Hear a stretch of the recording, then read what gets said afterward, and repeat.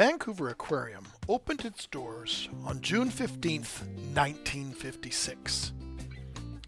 But the Graham Amazon exhibit did not open until 1983, when Queen Elizabeth II came to visit the Vancouver Aquarium to officially open it. The concept actually began in the early 70s, when Mr. and Mrs. James Graham became interested in a location for exhibiting tropical birds.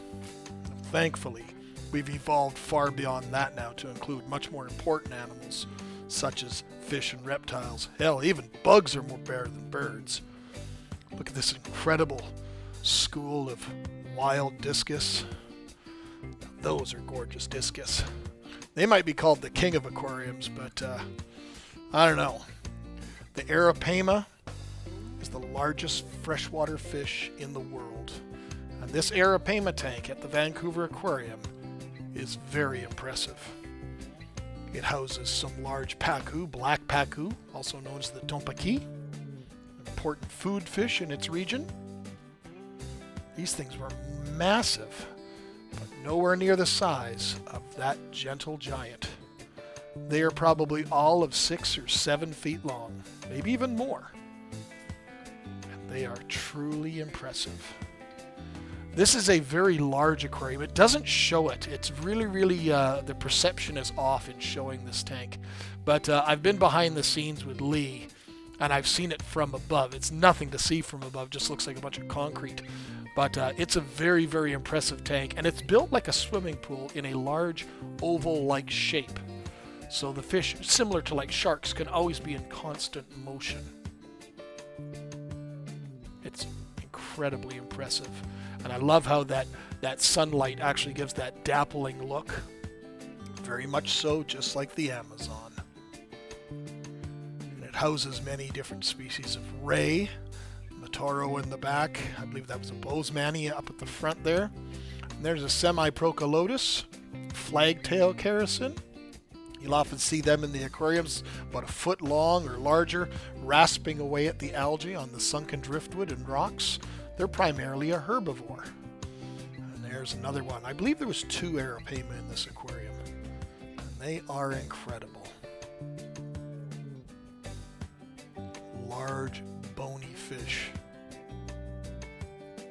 Just incredible, striking color.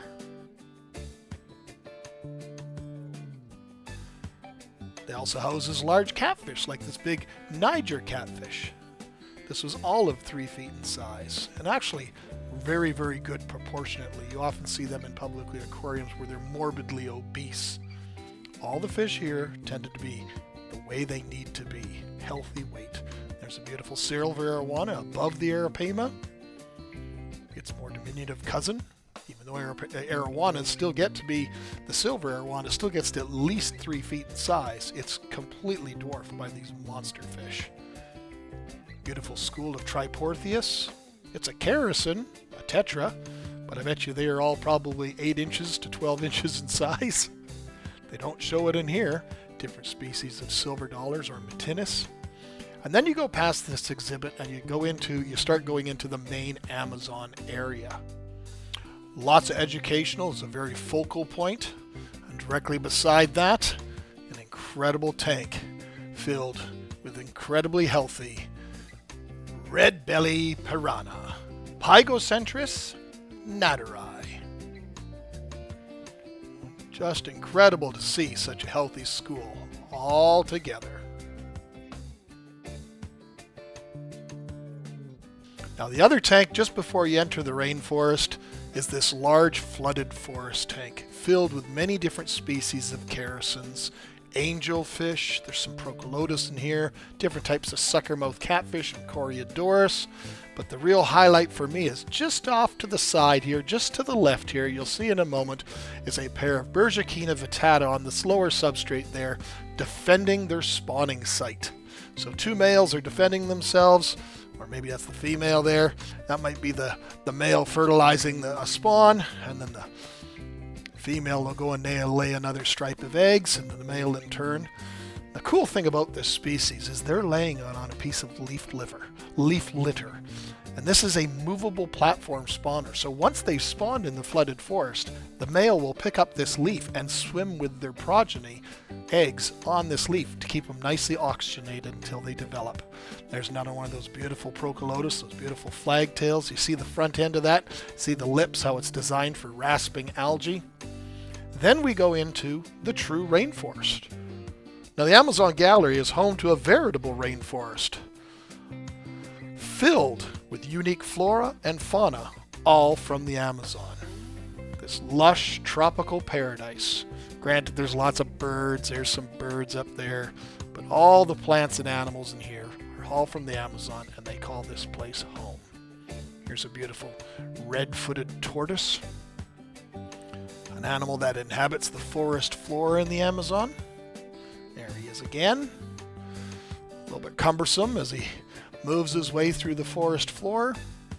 Tortoises are all primarily grub eaters and vegetarians. And then if you look way up, here's one of the greenhouse's, or the rainforest's favorite denizens. This individual's name is Hurricane for the destruction it often causes, and it is a three-toed sloth.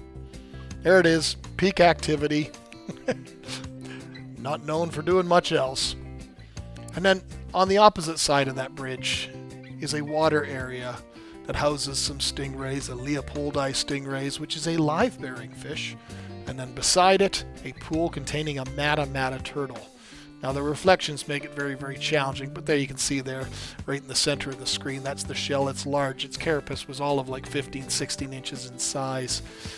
And then you continue along, and there's several more well-appointed exhibits showcasing a diversity of animals, frogs and small reptiles and so forth, of things that you would find within the Amazon. That big cage at the back, however, though, is no small animal. We'll get to that one in a moment. Amazon milky frogs, which you'll also see on the sister channel, Realm Natura. I just put out a video pertaining to the Vancouver Aquarium and their incredible display of frogs. Frogs are in rapid decline globally, as well as all amphibians, and they definitely need our help. So I will put the link in the description for that one, and you can check it out. There's a beautiful Brazilian rainbow boa.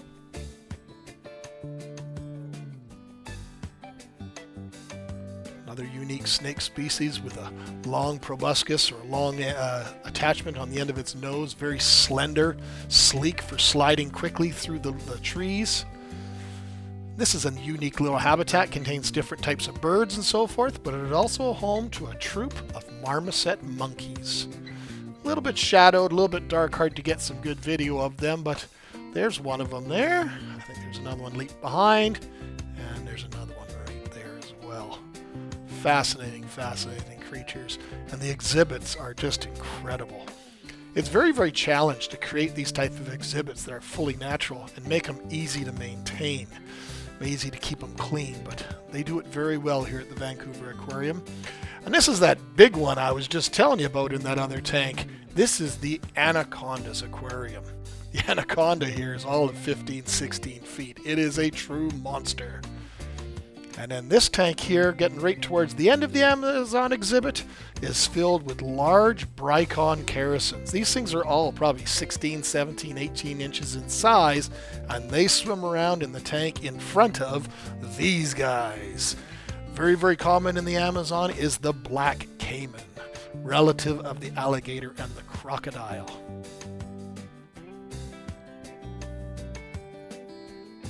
And this incredible, well-appointed, like stump-looking structure is filled with all little tiny, unique little habitats of animals that you would find on the forest floor, such as this beautiful little tarantula.